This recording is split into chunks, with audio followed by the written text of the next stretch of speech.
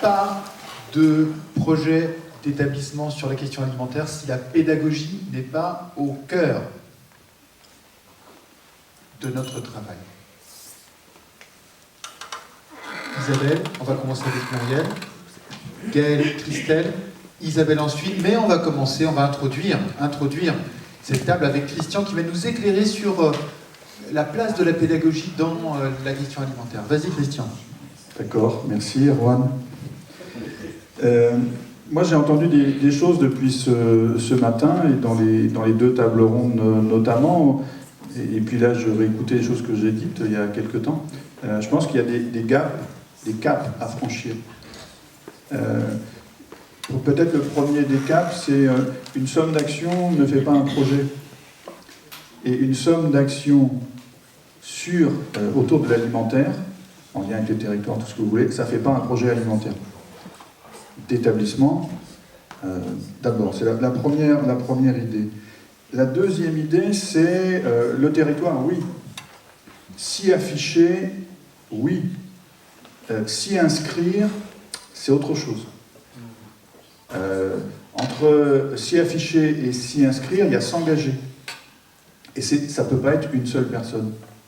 Moi, je suis au conseil de développement dans mon territoire, c'est pas suffisant pour que, quand j'étais dans l'établissement, ça fasse du lien. C'est bien. Le directeur de l'établissement y était aussi, c'est encore mieux, parce que lui, il a plus de poids politique que moi. Mais s'engager, il faut qu'il y ait des petits collectifs. Et que ça se parle. Robert Chazelle le disait très bien. On part des questions qui se posent sur le territoire. On ne s'invente pas son histoire. Moi, je suis prof, j'ai une lubie, allez, on fait un projet avec les élèves. C'est sympa. C'est pas forcément territorialement pertinent. Donc, il y a ce deuxième gap. Le troisième cap, ou gap, comme vous voulez, ça fait depuis 93-95 que l'enseignement agricole est engagé sur le développement durable. C'est une vieille chanson, une vieille ritournelle. Quand vous allez travailler avec des équipes pédagogiques, que vous allez gratter un petit peu, mais derrière durabilité, qu'est-ce que vous mettez et qu'est-ce que vous enseignez? Waouh! C'est une autre histoire. C'est une autre chanson. On se rend compte que finalement, la durabilité, on en parle, on raconte la petite histoire autour des 3 piliers. Quand il s'agit de poser des critères précis pour dire finalement une alimentation qui serait locale, durable, ainsi de suite, en 5 critères, c'est quoi? Waouh! Pas si simple. Hein. C'est-à-dire que la pédagogie, là-dedans, elle a sans doute un grand rôle. Et ce n'est pas parce que c'est écrit dans les référentiels que le sens a été construit par les équipes et avec les jeunes, les acteurs du territoire. La question de la durabilité, je pense qu'aujourd'hui, on va avoir EPA 2, enseigner à produire autrement, numéro 2. C'est sans doute très très important de remettre la durabilité au cœur de ça, mais au-delà des 3 fameux cercles. Quatrième idée, je l'ai entendu tout à l'heure et c'était la personne qui était à ma place ici dans le premier débat qui l'a très bien dit. Il faut s'intéresser d'abord aux questions avant de s'intéresser aux réponses. Arrêtons d'enseigner des réponses qui souvent en plus datent d'hier, voire d'avant-hier. Est-ce que ça va aider des jeunes qui vont vivre demain à se construire un avenir? Je vous laisse la réponse. Donc cette question de partir des questions qui se posent et de travailler les hypothèses de réponse et puis les conditions, les clés, les nœuds qui permettent de construire les réponses, c'est quand même hyper important. C'est la question de la problématisation. Et puis pour terminer, et après je m'en vais, la question de l'alimentation, si elle n'est pas dans le projet d'établissement, c'est qu'il y a un problème quand même. Il faut qu'elle y soit, bien sûr, à une place importante, mais pas dans n'importe quel projet d'établissement. C'était Caroline qui tout à l'heure disait projet d'établissement ou autre projet, on peut l'écrire à 2 sur le coin de la table, mais ça n'a aucun sens. Évidemment, mais combien de projets d'établissement qui ne vivent pas aujourd'hui ont été un peu construits comme dans des variantes de ça? Et comme le disait, je crois que c'est Robert tout à l'heure, servent à caler une commode ou un placard au fin fond d'un couloir. Donc la question c'est l'alimentation dans le projet d'établissement, mais un projet d'établissement qui a été construit collectivement, à partir de vraies questions qui se posent, ainsi de suite. Si ça vous intéresse, on a fait un petit bouquin là-dessus chez Educagri à partir de 35 expériences d'accompagnement suivi. Donc on n'est pas que dans le théorique, on a mis les mains dans le cambouis. Et puis, dernière chose, ce qu'on voit dans les projets d'établissement, puisqu'on en a accompagné pas mal, c'est qu'il y a un parent pauvre très souvent dans les projets d'établissement. C'est cette fameuse et satanée question de la pédagogie, qui est un peu une chasse gardée. Et donc, elle est très peu présente, finalement, dans les projets d'établissement, même si depuis peu, il y a un CEF. Donc, il y a un vrai travail à faire, pédagogique, sur ces questions alimentaires, pour que ça prenne, et comme l'ont dit des jeunes qu'on a interviewés tout à l'heure, comme nous l'ont dit plein de gens pendant ce projet, que ça prenne du sens, que ça fasse sens. Et bien justement, on va y aller sur la question du sens avec Muriel Gras. Alors, vous êtes aujourd'hui, Muriel, directrice adjointe de Laval. Oui. Et vous souhaitiez nous parler du témoignage de votre expérience au Mans. Alors, en fait, enfin, vous souhaitiez, on vous a demandé. Voilà, oui, j'ai répondu à une de vos sollicitations. Merci à vous. Oui. Voilà, donc, alors, je vais vous parler un petit peu de... Bon, je vais essayer de faire court. Hein. Donc, sur le PL du Mans, il y a eu un appel à projet de la région Pays de la Loire concernant la restauration durable. Donc cet appel à projet, il avait trois facettes. Il avait une facette au niveau de l'approvisionnement, une autre facette qui était je ne sais plus, et une facette sur l'accompagnement. Donc nous, on a répondu sur l'accompagnement. Donc l'idée, c'était eh bien, de sensibiliser les jeunes en fait à quel était le rôle en fait de la restauration, voilà, un rôle d'accueil, un rôle de fabrication des produits, un rôle aussi éducatif au niveau gustatif, au niveau équilibre des repas. Et il a été décidé en fait de construire des moyens pour communiquer en fait. Et ces moyens pour communiquer, donc on a décidé de construire plusieurs choses, entre autres un film. Ce film, il a été construit avec les élèves, notamment, enfin des élèves, surtout des étudiants, dans les cadres des projets d'initiative et de communication. Voilà. Donc il y a eu en effet un appel, on a eu quand même l'appui d'un vidéaste qui est venu, mais ce sont les étudiants qui ont construit en fait le scénario. Hein, dans ce scénario, eh bien, il y avait des témoignages de la gestionnaire, des témoignages du chef d'établissement, des témoignages d'une élue du conseil régional, puisque d'élèves, de la chef d'exploitation, aussi de nos fournisseurs, hein, puisque en fait on a sur le PL du Mans, il y avait énormément de fournisseurs locaux. Et ce film, 18 minutes de film, donc 18 minutes c'est long, voilà. Donc en fait ce film on l'a réduit à 3 minutes. Voilà.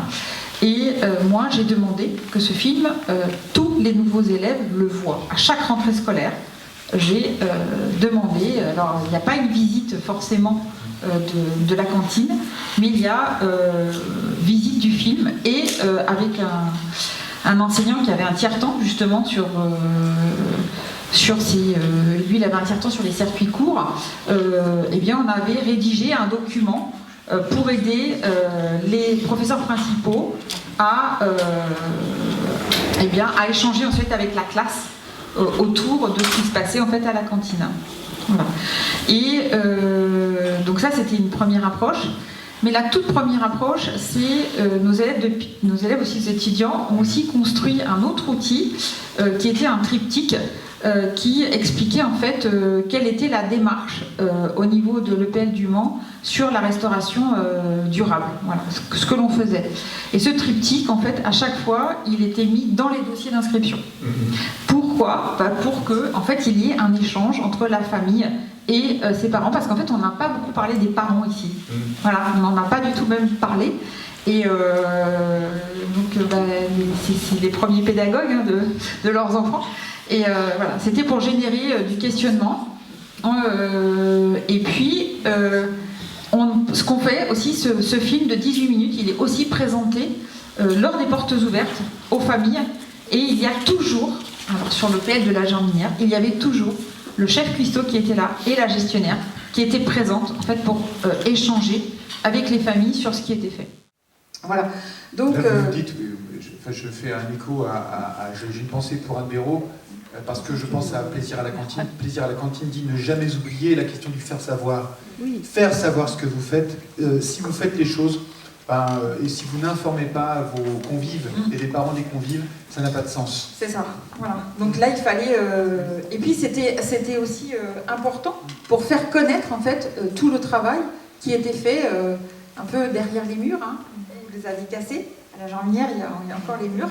Donc il fallait aussi faire connaître tout ce travail de préparation des repas, de préparation des menus.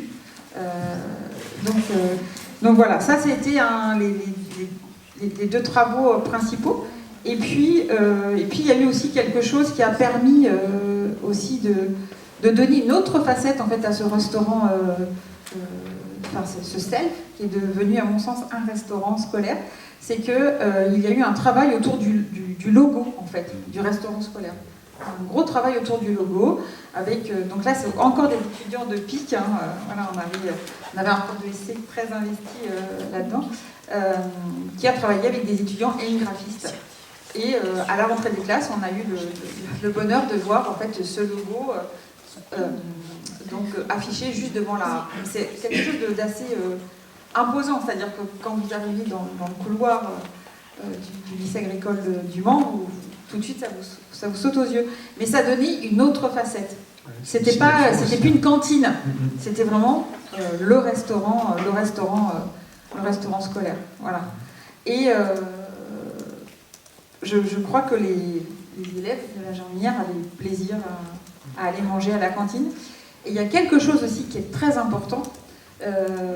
Le Conseil régional des Pays de la Loire impose en fait aux personnes qui servent les repas, je ne sais pas si c'est pareil en Bretagne parce que ça fait longtemps que j'ai quitté la Bretagne, ils imposent aux personnes qui servent les repas de ne pas servir des assiettes à l'avance. En fait, il faut attendre que l'élève arrive et lui demander ce qu'il souhaite. Oui. Et c'est aussi le moment d'échanger sur ce qui va être préparé. Parce que quand on vous prépare des rognons, les élèves n'ont pas forcément l'habitude de manger des rognons chez eux. Ils n'ont pas forcément l'habitude de manger du pané chez eux, du chou rouge cuit, enfin voilà, ce genre de choses. Et c'est aussi un moment d'échange. Voilà, un moment d'échange. Vous dites important de faire la promotion de ce qui se passe, mais aussi important d'articuler ce qui se passe entre le restaurant scolaire et les projets pédagogiques. Voilà, alors justement, vous, en tant que directrice adjointe, comment vous voyez votre rôle, votre fonction dans ce travail d'articulation? Alors moi, dans mon travail d'articulation, ce que je vous disais, Erwan, moi je suis très opportuniste. C'est-à-dire que si un enseignant vient me présenter un projet qui a un rapport avec le fait alimentaire, puisque le fait alimentaire, c'est quasiment dans tous les programmes de nos apprenants, si ça me semblait cohérent, eh bien, je mets de l'huile dans les rouages. Je suis facilitatrice, en fait. Et je fais en sorte que ça puisse avoir lieu.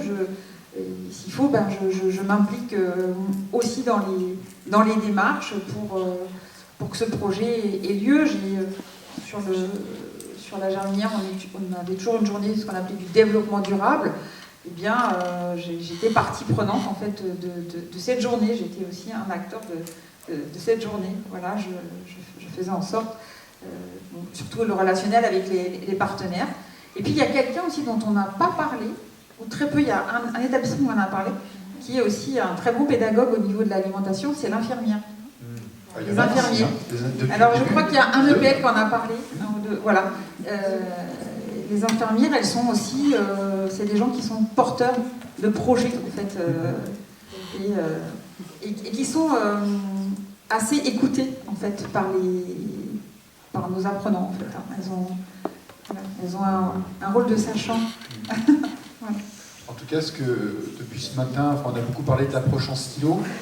Vous, ce que vous dites, c'est que pour que le projet d'établissement puisse avoir lieu sur la question alimentaire, on a besoin de gens, peut-être les directeurs ou directrices adjointes ont ce rôle-là à jouer, d'avoir à chaque fois une vision globale. Vous dites, je suis opportuniste, mais en même temps, ça suppose que vous ayez cette vision un peu au-dessus des choses. Voilà, en fait, moi, je suis le lien entre le chef le chef, la gestionnaire, l'infirmière, l'équipe pédagogique, les autres directeurs de centre aussi, pour parfois associer à des manifestations qui vont être faites et bien d'autres apprenants que les élèves, hein. Parce qu'il y a les apprentis, il y a aussi les stagiaires de la formation continue, et sur la journée du développement durable, on avait inventé un truc qui s'appelait le pique-nique zéro déchet, et on essayait d'y associer le maximum en fait d'apprenants. Ok. Mais tout ça, ça se fait beaucoup dans l'échange, voilà. Comme disait M. Chazelle dans le management. J'entends que la salle réagit. Est-ce qu'il y a des gens qui veulent... Est-ce que ça amène réaction de votre part dans la salle? Oui? Non? Pas spécialement? Ok. Alors on va pouvoir passer à Isabelle. On va donner la parole à Isabelle. Parce que là on dit on peut faire beaucoup de choses. Il y a énormément de projets d'actions pédagogiques qui se mettent en œuvre tout le temps, Isabelle. Pour autant, j'ai rencontré des fois beaucoup d'enseignants et d'enseignantes fatigués, épuisés, mais qui repartent au charbon à chaque fois.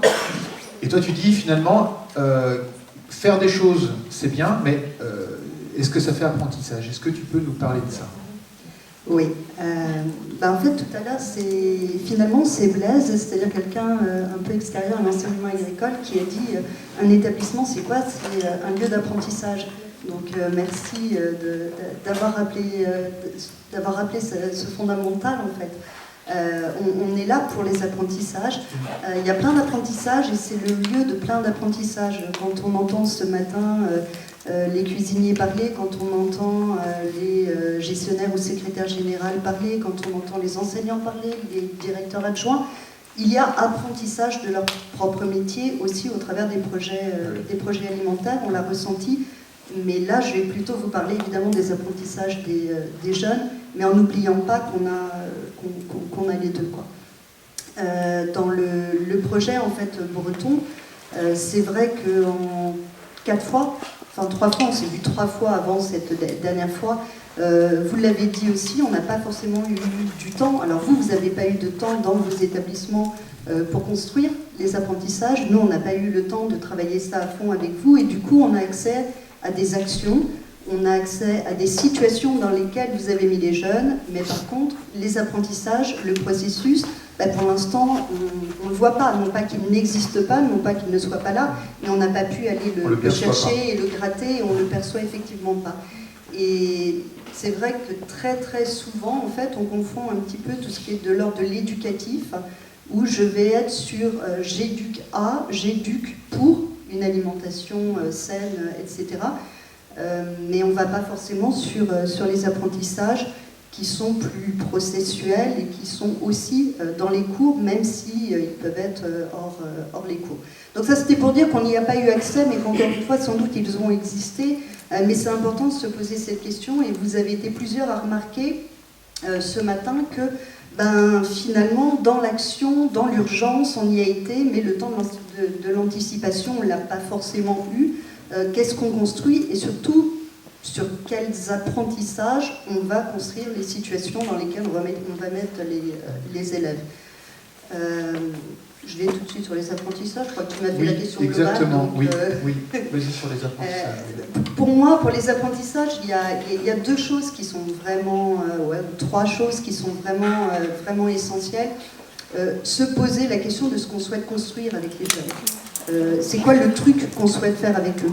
Moi, je me souviens d'une analyse de pratique qu'on avait faite à Cône, et on s'est dit, finalement, on était de l'ordre de la sensibilisation un peu des jeunes à ce qu'était une alimentation durable.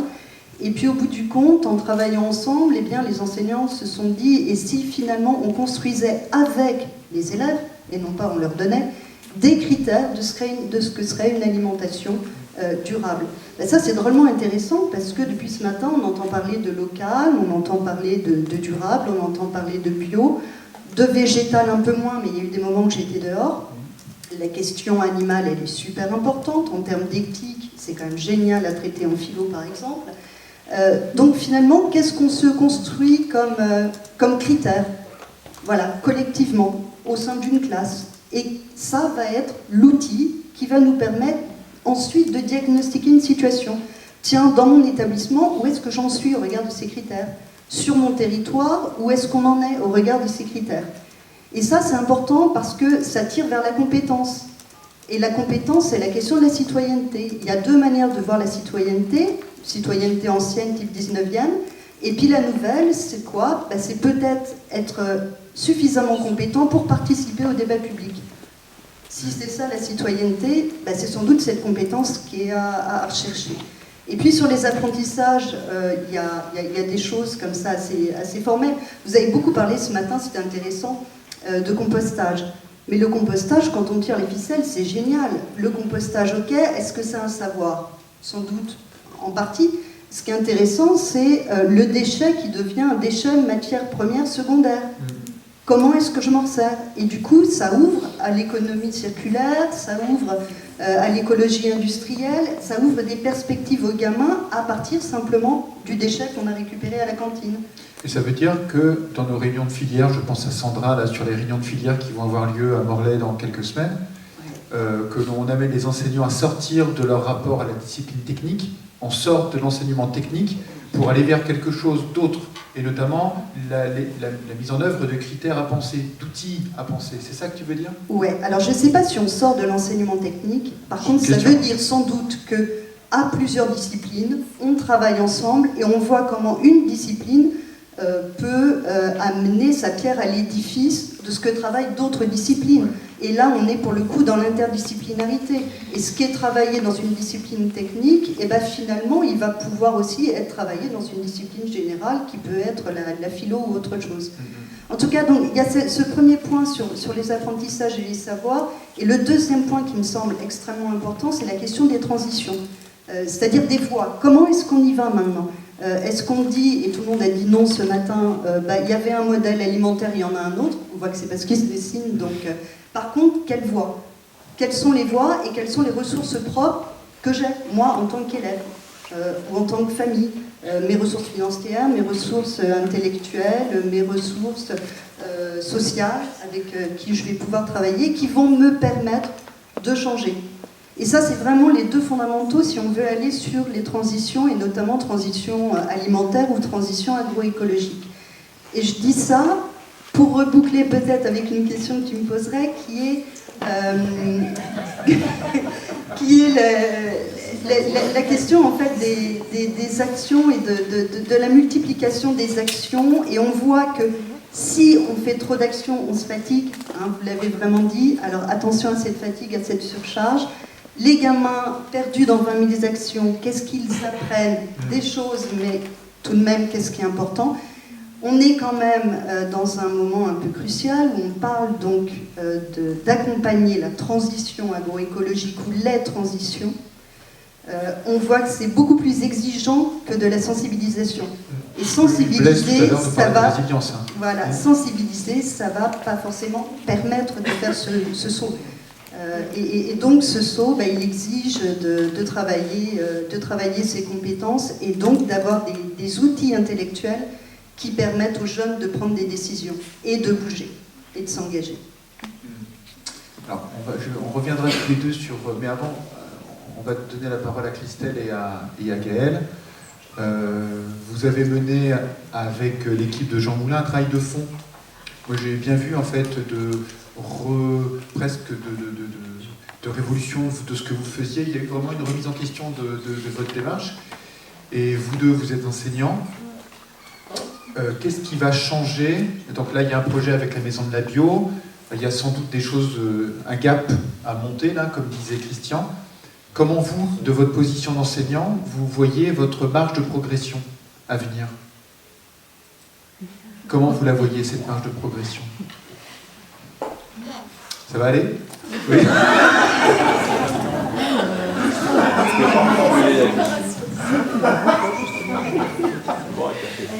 Non, mais c'est vrai que Monsieur Berger, c'est vrai que moi j'ai retenu l'expression de Monsieur Berger tout à l'heure, que souvent on bricole, quand on sensibilise, en fait, on fait du bricolage. On n'amène pas les jeunes à se poser eux-mêmes les questions pour pouvoir plus tard y répondre. Donc il faut qu'on arrive à passer ce cap d'aller au-delà de la sensibilisation, en fait.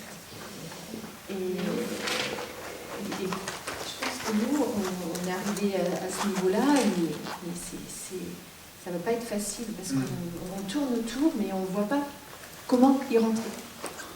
Comment rentrer justement dans cette pédagogie plus active d'un point de vue de l'apprenant, mais est-ce que nous, on n'a pas été non plus formés comme ça? Oui, nous on a reçu une formation où descendante, voilà. Oui, on a reçu du savoir. Et du coup, c'est pas facile de passer le cap. Et toi, tu sens que le cap il est nécessaire? Je le sens bien. Je le sens bien. Parce que moi qui suis enseignante en biologie et écologie, j'interviens, l'écologie, elle est partout, quoi. L'alimentation, elle est dans tous les référentiels quasiment. Donc, on peut y rentrer assez facilement par le biais de la biodiversité, par l'agronomie, par la façon de cuisiner, ou la gestion des déchets. Donc, et je vois bien que pour le moment, on est bloqué par rapport à nos référentiels. L'objectif premier pour nous enseignants, c'est d'apporter des connaissances, atteindre l'objectif d'un examen. Mais pour autant, est-ce que ça va changer, ça fait écho au niveau des jeunes pour que plus tard, ils puissent être des citoyens responsables qui soient capables par eux-mêmes de faire des choix par rapport à une alimentation durable. Pour le moment, je m'en suis. Ok, alors, mais justement, il y a Isabelle qui voulait réagir, parce que moi, c'est des questions qu'on entend souvent et qui vont revenir. Ah ben oui, mais il y a le programme, et le programme, c'est le bac, et le bac, il faut d'abord les préparer à ça. Ensuite, on fait de la formation du citoyen. Est-ce que c'est incompatible, ces deux approches, Isabelle, pour toi? Là, je ne sais pas dans quel diplôme on est, quel diplôme tu prépares, mais je pense que justement, en bac pro, on peut s'affranchir de ça. Alors, on ne va pas s'affranchir des référentiels, et on ne va pas s'affranchir évidemment de la certification ni finale ni continue. Néanmoins, aujourd'hui, les référentiels, ils vont bien sur une logique capacitaire. Et ce qu'on évalue, c'est les capacités. Et la capacité, c'est la capacité, le plus souvent, à mobiliser en situation quelques savoirs-outils dont je parlais tout à l'heure et des informations. C'est les deux pour répondre à un problème qui se pose. Donc aujourd'hui, je ne crois pas que les référentiels nous empêchent d'aller sur ça, bien au contraire, ils ont changé, ils aident à aller sur ça. Par contre, là où effectivement il y a un gros problème, c'est le problème de la formation des enseignants, et on sait très bien qu'on a quasiment tous eu une formation exclusivement disciplinaire et absolument pas une formation sur les sciences de l'éducation. Donc ça, c'est la question de quel accompagnement derrière sur les questions pédagogiques. Et là, il y a un besoin énorme, évidemment. Mais alors, toi, Gaëlle, est-ce qu'il y a des choses que tu entrevois? Enfin, peut-être que tu veux prendre la parole pour dire autre chose, mais sinon, est-ce qu'il y a des choses que tu entrevois? Christelle, c'est ce qu'elle nous dit. Il y a des choses, il y a des portes qui s'ouvrent là. La question, c'est lesquelles et comment est-ce qu'on va avancer là-dessus? En fait, le projet, il est super ambitieux, c'est pour ça que ça me fait un peu peur, parce que ça questionne tout le monde. Ça questionne a priori d'abord l'équipe de restauration, mais pas forcément en fait. Ça questionne tous les agents, l'administration, les profs, les élèves. En fait, à travers ça, on s'est dit à un moment donné qu'on allait peut-être aussi pouvoir jouer sur le climat scolaire. Parce que que les élèves se réapproprient la question du self qui est manger, donc hyper important pour eux. S'ils se réapproprient ça avec nous, on arrivera peut-être à recréer ou à créer un meilleur dialogue. Ce que je dis ce matin, c'est un peu l'histoire de la culture commune. Aujourd'hui, on est quand même dans un lycée, il y a beaucoup d'établissements où ça fonctionne comme ça. Il y a toute l'administration qui va être un peu sur ces problématiques. Pardon, Suzanne. Les profs qui vont être un peu sur leurs problématiques, pardon Christelle, et puis chacun va être un peu dans son truc, et les élèves aussi vont être dans leur rôle, un peu de résistance. Et on s'est dit là, l'avantage, on a la commission de restauration, on a plein de trucs, on décloisonne, on sort de la classe, on travaille avec les élèves, et on n'est pas dans le cours descendant, ce qu'on disait. Ils nous voient différemment, on les voit différemment aussi, parce que du coup on questionne les intelligences multiples, mais les talents multiples, on peut découvrir que tiens, il sait faire ça finalement. finalement, c'est pas qu'il sait rien faire, quoi. Il sait faire des trucs. Et je plaisante évidemment. On les voit différemment, ils nous voient différemment. Donc on s'est dit à un moment donné, peut-être qu'à travers ce projet, ce que tu veux dire, on peut choper des leviers justement. On pourrait essayer d'avoir des leviers, quoi. Donc c'est pour ça, mais en même temps, ça fait un peu peur parce que ça questionne tout le monde et toutes les pratiques, quoi. Donc c'est bien, vous allez travailler avec la Maison de la Bio à la rentrée prochaine. Vous avez eu les moyens financiers pour le faire. Karine va en parler assez rapidement tout à l'heure. Pour autant, Isabelle, y a-t-il pas un risque, justement, et on en a parlé tout à l'heure, à ce que les partenaires avec lesquels on travaille deviennent des prestataires de services et que nous, enseignants, on se satisfasse de ça et qu'on soit au fond de la classe et qu'on regarde finalement ce qui se passe. Comment amener les enseignants à être dans une autre posture que celle-là, Isabelle ? Les amener dans une autre posture, je ne sais pas trop, mais en tout cas, c'est un point de vigilance effectivement qui est important. Alors, ça n'a pas eu lieu, en tout cas, on n'a pas eu cette impression pendant cette année scolaire-ci. Maintenant, on sait que certains vont rentrer en projet avec des associations. Et les associations, c'est très très bien, hein, mais pour en avoir parlé, y compris avec Anne, tout au long de cette année scolaire, c'est difficile pour des associations de voir que finalement, parfois, on leur donne la main sur la classe et l'enseignant se met en retrait, comme c'est difficile pour l'enseignant de savoir comment il peut travailler avec. Donc c'est vraiment pour moi la question de, au bout du compte, comment est-ce qu'on peut travailler en amont, avant, pour se mettre d'accord, quels sont les apprentissages qui sont visés, et quel est l'apport que l'association peut faire, que nous, on n'est pas capable, ou qu'on ne sait pas faire. Et une fois qu'on s'est mis d'accord sur ça, et qu'on est bien sur un projet qui est commun, sur un projet qui est un projet de filière, qui est interdisciplinaire, ça peut aider. Alors évidemment, quand je dis ça, c'est l'idéal, il n'y a pas de recette.